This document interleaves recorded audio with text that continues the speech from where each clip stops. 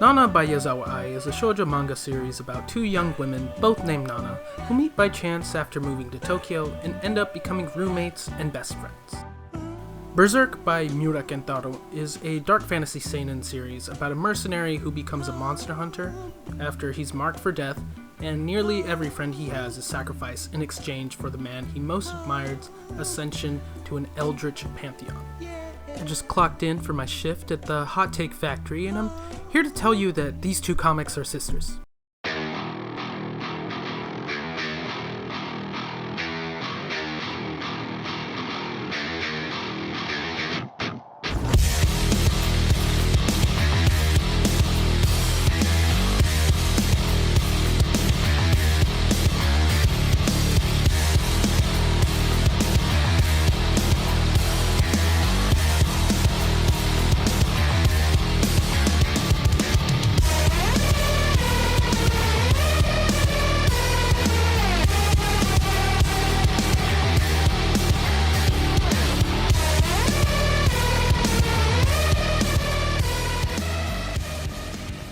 In Japan's manga industry, genre marketing can seem rather two-dimensional to foreign viewers. Yes, there are subgenres like isekai, slice of life, harem, etc., but they're generally marketed to four main demographics: shoujo for tween and teen girls, josei for women, shonen for teen and tween boys, and seinen for men. The full list of categories is as follows, but the largest and most likely to be exported to the West are shonen and shoujo. Shonen includes such series as Naruto, Dragon Ball, Death Note, even Case Closed. The popular perception of these titles is a young boy finds out he is the special, even though everybody counts him out, and then he totally saves the shit out of some girls. Then all his bros are like, damn, he sure can punch hard. However, there isn't necessarily that much that connects every title to this category, other than like, you aren't allowed to write too many prominent female characters and should generally draw for the male gaze. To foreign audiences, anime in general has more violence and mature themes, so identifying seinen doesn't have much of a formula. I'd just say it is more common for a seinen to feature characters who are or grow to be older than teenagers, more graphic imagery, more realistic art styles, and maybe more meditative, less expositional pacing. Again, the target markets are degrees apart, so the overlap is oftentimes close to a circle. Seinen titles include Vinland Saga, Code Geass, One Punch Man, Vagabond, and Made in Abyss. Shoujo is especially vague in how it's morphed and impacted shonen while declining in popularity over recent years. It's commonly thought of as romance and slice of life. Nana fits that stereotypical description if you were writing a logline for it, but even though it contains a large amount of relationship mess, that sounds like a bit of an oversimplification. Just like it wouldn't be fair to call Berserk an edgy demon hunter series. Nana is an intimate drama revolving around two young women just trying to figure out their lives while wrapped into the exhaustive and emotionally taxing celebrity sphere. Their problems are often just as mundane as the average person's, but amplified through the exploitative setting of the music industry. It's a teenage girl's fantasy demystified. But then there's also series you'd never know were for girls, like Banana Fish, a crime thriller with an all-male cast. There are also some stylistic identifiers, such as the way they draw eyes, but because the classical image of shoujo eyes is a visual gag in any series now, that's also unclear, so I still struggle to understand the style guide without the inference of thematic content. If you'd like a more in-depth breakdown of what makes a shoujo, check out this video. But as an American viewer whose only familiarity with these terms growing up was the titles of publishers Shonen Jump and Shoujo Beat, the categories seemed pointless. I read Fruits Basket for a bit as a kid, and even though it's very romance-focused, it never occurred to me as specifically for girls. Inuyasha was on after DBZ, and the romance got on my nerves sometimes, but that was more because it progressed slowly. So, in the last few years, I've sought out more shoujo to fill in that cultural knowledge gap. And because I know so many friends of Shawn Mendes, one of the titles that piqued my interest was Nana. As I'm pretty into media with themes of gender transgression and queer subtext, I've also found it quite interesting how older and censored art is forced to codify queerness and just how unsubtle some of that stuff was able to be. Case in point, one of the most interesting patterns in shoujo is that canonically gay characters are more common. You boys are the homosexual supporting cast. Effeminate villains and queer baiting were always peppered into the anime I've seen, but like, shoujo will have explicitly gay characters pretty regularly. The secretly a girl in a male environment trope is also very inherent to shoujo, which at the very least inspires a reevaluation of gendered social norms. I think female marketed media gets away with more explicit gayness because men are still often in charge and clueless, but also because female friendships are allowed to be much more affectionate. Men are expected to be competitive at all times. They are supposed to be stoic pillars except when feeling anger or sexual desire. Thus, they construct intricate rituals to allow themselves to explore each other's bodies. But here's the thing. Sports are kinda gay. Roughhousing is pretty gay. Only admiring and respecting other men is fucking gay. Constantly trying to demonstrate how not gay you are is really, really gay. If people think that I'm gay, they already misjudged. Mm-hmm. I'm the straightest man in the world.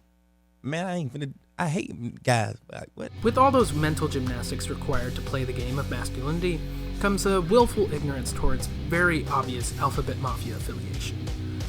Basically, if you run with that boys-only framing, it only takes a few steps to get in sync with homoeroticism.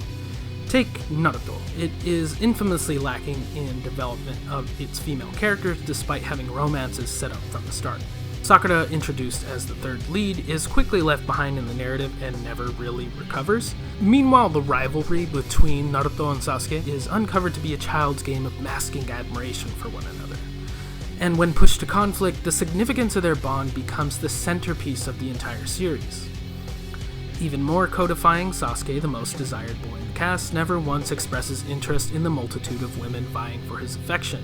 So when he ends up with Sakura in the finale, it comes off more like a contractual obligation. In such a series with little to no prominent female characters, fans have only male-male relationships to latch onto, read into, fantasize about. Erotic fanfiction is coming to your series, whether you like it or not.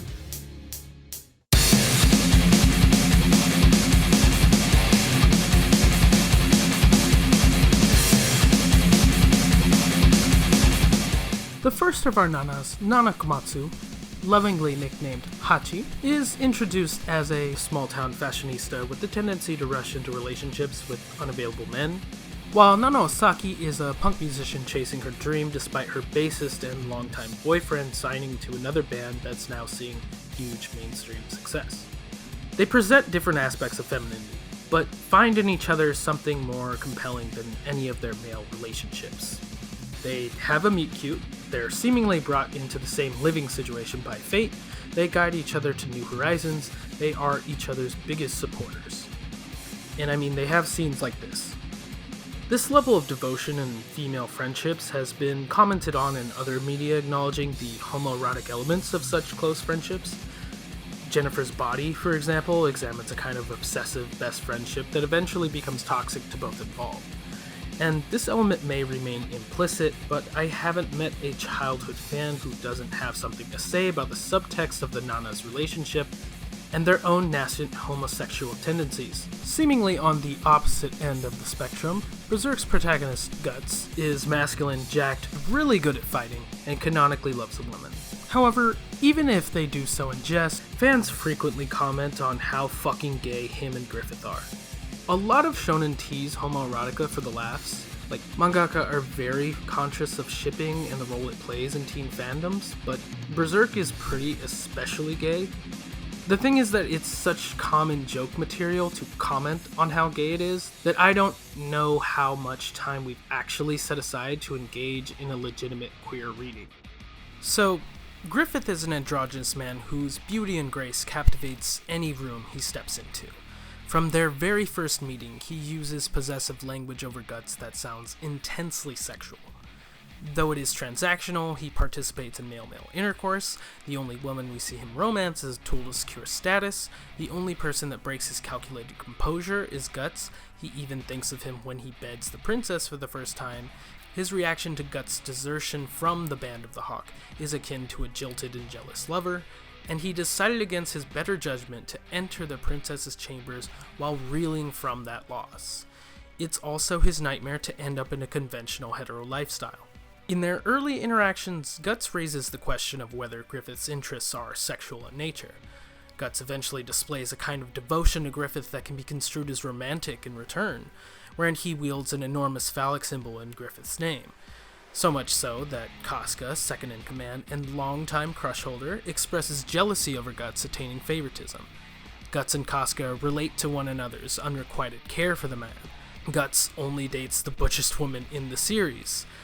Certainly within the explicit text of the comic, all of these elements can be rationalized as no homo, but at what point do we accept that maybe the parallels are drawn with intention?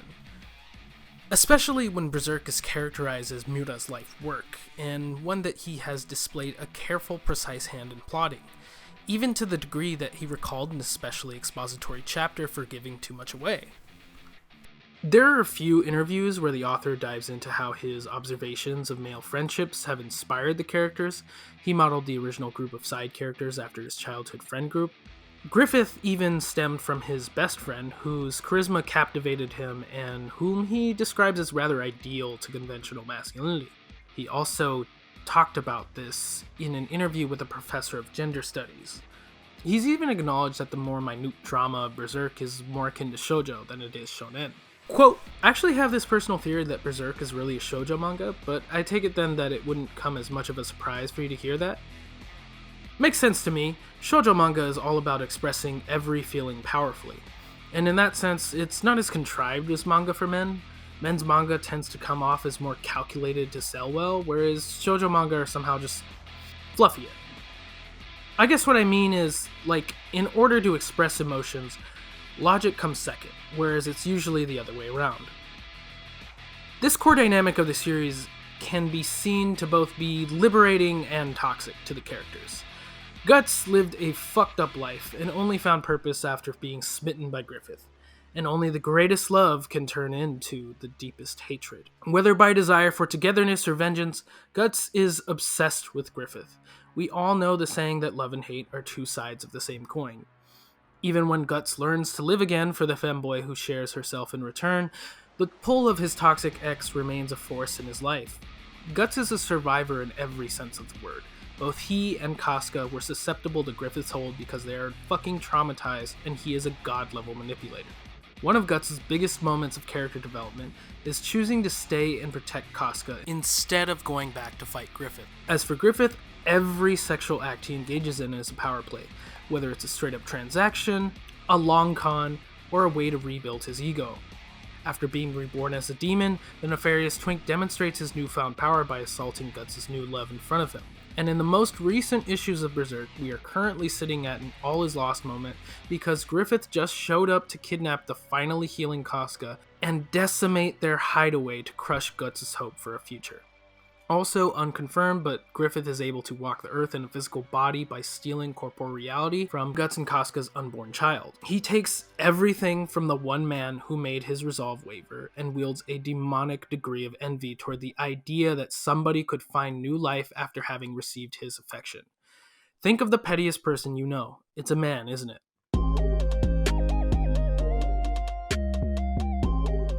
I see a lot of women talking about the commonality of a girlhood best friendship that became so intense to the point of codependency and eventually resulted in a breakup. Companionship so comprehensive that it is retrospectively seen as exceeding the boundaries of platonics. In Nana, both Nana Osaki and Hachi Nanakomatsu express more interest in one another than their relationship partners at times, even to the degree that they offend their partners. I don't see men being as candid about their experiences with the same phenomenon, but gender is made up and getting overly attached to your friend is not a crazy concept. Stop acting like the line between romance and friendship is clearly defined. Stop acting like you don't have a personalized view of desirability for your same gender. If you weren't raised believing you're only supposed to be one classification and only like one other, you would just like who you like and it wouldn't always correspond to a dress code or genital set. Both Berserk and Nana are counted among the great unfinished manga titles of our time. The former is still in publication now thanks to Miura's childhood friend, editor, and staff of assistants, but it's tradition to experience delays in publication for this comic from the late 80s. Nana, meanwhile, has been on hiatus since 2009, while Yazawa was being treated for an unspecified serious illness. As of the time of this writing, the homosexual tension of either series has not culminated into anything physical. I highly doubt that the subtext in Berserk was intended to graduate to text. However, it's not subtle how Miura intentionally uses homoerotic undertones. He was questioning the competitive nature of male relationships. He was asking if maybe gamifying every interaction is kind of fucked up, and he was definitely wondering why emotionally stunted young men measure their value by trying to one-up the hottest, coolest dude they know. Life is nicer when you learn how to vibe out and tell a femboy you love them. Yazawa has her own reasons for keeping that aspect on the nose rather than in plain writing, I'm sure. Her words on the themes of Nana are rather brief, but she did refer to it in 2016 as her life's work. Yet another connection I could make to Miura and Berserk, though I hope we all see the real common thread of poor working conditions leading to debilitating health issues for manga artists. Yazawa did also mention that Nana draws on many of her real-life experiences, though neither Nana is a direct analog to herself. But it basically reads like an indie drama, one fixated on the ups and downs of fashionable rock-loving young artists who don't see life go exactly as planned, but have each other through it all. It's the type of intimate, grounded work that people will naturally draw meta parallels to if given the chance. I've felt people do this with fiction I've written, even though I'm nobody. So believe me when I say that I don't want us to assume either of these authors is consciously depicting an autobiographical or gay relationship. We don't really have enough evidence to conclude that, just that both of them draw on real experience to make their characters feel more real. And that by focusing on love and friendship, they acknowledge and lean into the ways that friendship too can be romantic. The point is that good artists queer the text. People are too complex not to. Alright, bonus round. So here is my ranking of the gayest JoJo's from JoJo's Bizarre Adventure, parts 1 through 6. First we got Jonathan at number 6, mostly straight. Speedwagon definitely loves him, but it seems unrequited, or like in, I'm not gay, I was drunk, type of affair. That's why he's boring. Number 5, we got Giordano. I'm gonna say romantic potential with Bruno, but there's not really much there physically. I feel like he might be an asexual twink. He's in love with the bag over anything else. Number 4, gonna go with Josuke. Flamboyant style, cunty attitude, all about his boys. Does not like it when his homie gets a girl. Definitely gay. Number 3, Joseph. Likes drag, clear sexual tension with Caesar, absolute horn dog. Number 2, Jotaro. Gay misogynist. Only has respect and admiration for men, got married for appearances, he's heir to a massive Japanese company after all, struggled to relate to his own daughter until he could see a more masculine side to her, never talks about his wife, but references the boys' trip to Egypt plenty. One time in an interview, Araki dodged every question about what type of girl he would be into, saying, I don't think he's so interested in girls. Number 1, Jolene, canonically bisexual. Anasui was originally depicted as and intended to be a woman. Now he's trans. Also, she's in a US prison system. Gay.